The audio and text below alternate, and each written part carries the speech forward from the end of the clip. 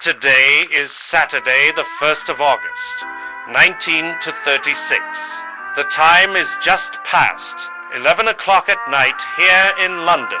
Good evening to you all. This is the London Signal, broadcasting live on the shortwave frequency. I have just returned from the German embassy in London, where I was invited to listen to the radio broadcast of the opening ceremony. And I must tell you, I feel like I have just walked out of a theater after watching the most expensive and elaborate magic trick in human history. Tonight, the eyes of the world are fixed on Berlin. For the next 2 weeks, the capital of the Third Reich is not the capital of a dictatorship. Oh no, it is the capital of sport, of youth, of international brotherhood. The Nazis have put on a mask, a smiling, welcoming, beautifully painted mask. And the tragic thing is, the world is falling in love with it. If you were in Berlin tonight, you would not recognize the city. I have reports from friends who are there sitting in the cafes on the Unter den Linden. They tell me the city is spotless. The streets are washed. The buildings are draped in banners, not just swastikas, but the flags of every nation on earth, including the Union Jack and the Stars and Stripes. There are flowers everywhere, geraniums in every window box. But do you know what is missing? Do you know what has vanished like smoke? The signs. For 3 years, every park bench in Berlin had a sign painted on it saying, "Not for Jews." Every swimming pool had a sign saying, "Jews not welcome." Every shop owned by a Jew had graffiti on the window. Today, gone. All of them. Scrubbed away by the Ministry of Propaganda. Taken down and hidden in the basement. Until the foreign visitors leave. Hitler wants the world to think that Germany is a normal country, a happy country, a peaceful country. He wants the tourists from America and England to go home and say, "Oh, those stories about the Nazis are exaggerated. Big people were so friendly, the streets were so clean, the trains ran on time, and it is working. God help us, it is working." The ceremony today in the new Olympic Stadium was a masterpiece of seduction. 100,000 people crammed into a temple of stone, and above them, floating like a silver whale in the sky, was the Hindenburg, the pride of German engineering, casting its giant shadow over the athletes below. And then the procession began. The teams marched in, the Greeks, the Americans, British, the French. And here is the moment that made my blood run cold. When the French team walked past Adolf Hitler's box, do you know what they did? The French, the mortal enemies of Germany, bell of men whose fathers died at Verdun. They raised their right arms. Bay gave the Nazi salute. The stadium erupted in cheers. The Germans couldn't believe it. The French were saluting the Führer art. It was a gesture of such profound submission, of such desperate appeasement, that it made one want to weep. They thought they were being polite. They thought they were respecting the host. But to Hitler, they were acknowledging his dominance. They were saluting their future master. The British team, thank God, kept their arms down. They just tipped their hats. A small mercy. But even they looked impressed by the sheer scale of the spectacle. But amidst all this choreographed perfection, amidst all this Aryan pageantry, there was one glitch in the matrix. One moment of pure, delicious irony that Dr. Goebbels could not script and could not control. His name is Jesse Owens.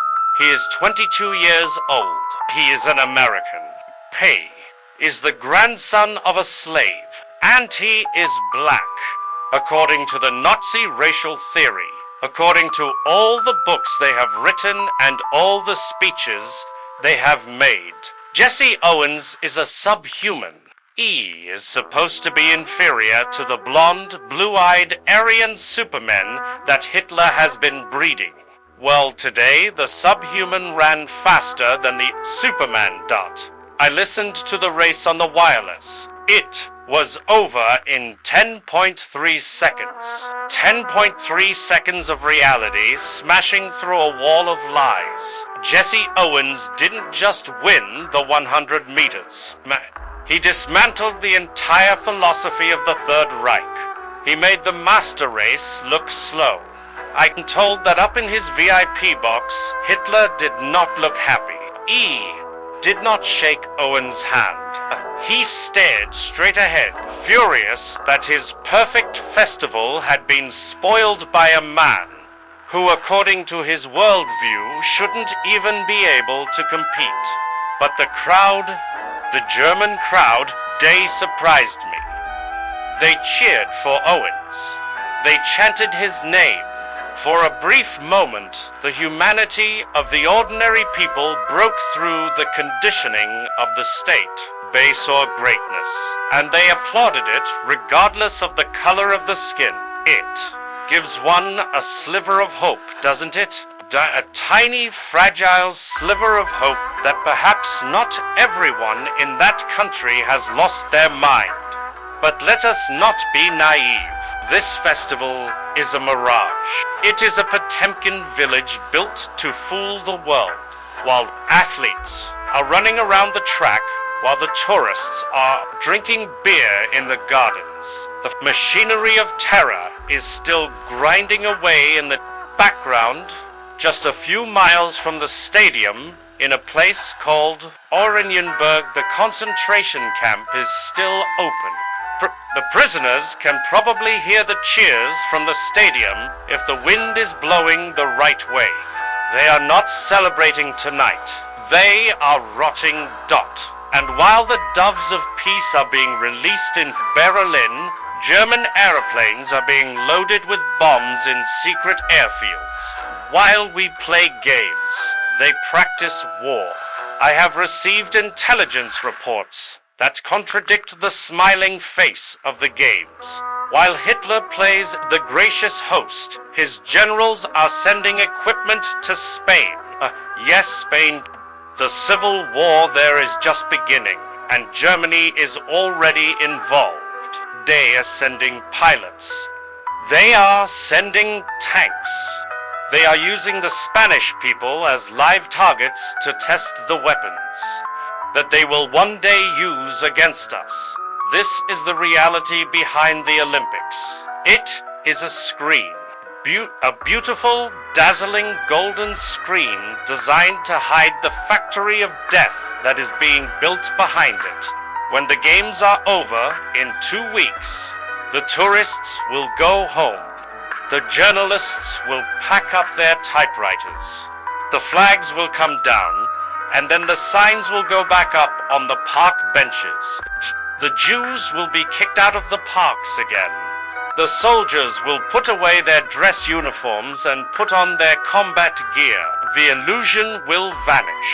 We are enjoying the summer of 1936. We are enjoying the records being broken and the medals being won. We are telling ourselves that everything is fine, that Germany has returned to the family of nations. But we are sleepwalking. We are applauding a performance by actors who are planning to burn down the theater as soon as the show is over. Raise a glass tonight too, Jesse Owens. Not just because he is a great athlete, but because for 10 seconds he forced a dictator to face the truth. But I fear that 10 seconds is all we are going to get. The race is over. Darkness is waiting at the finish line. This is the London signal. Enjoy the games while they last.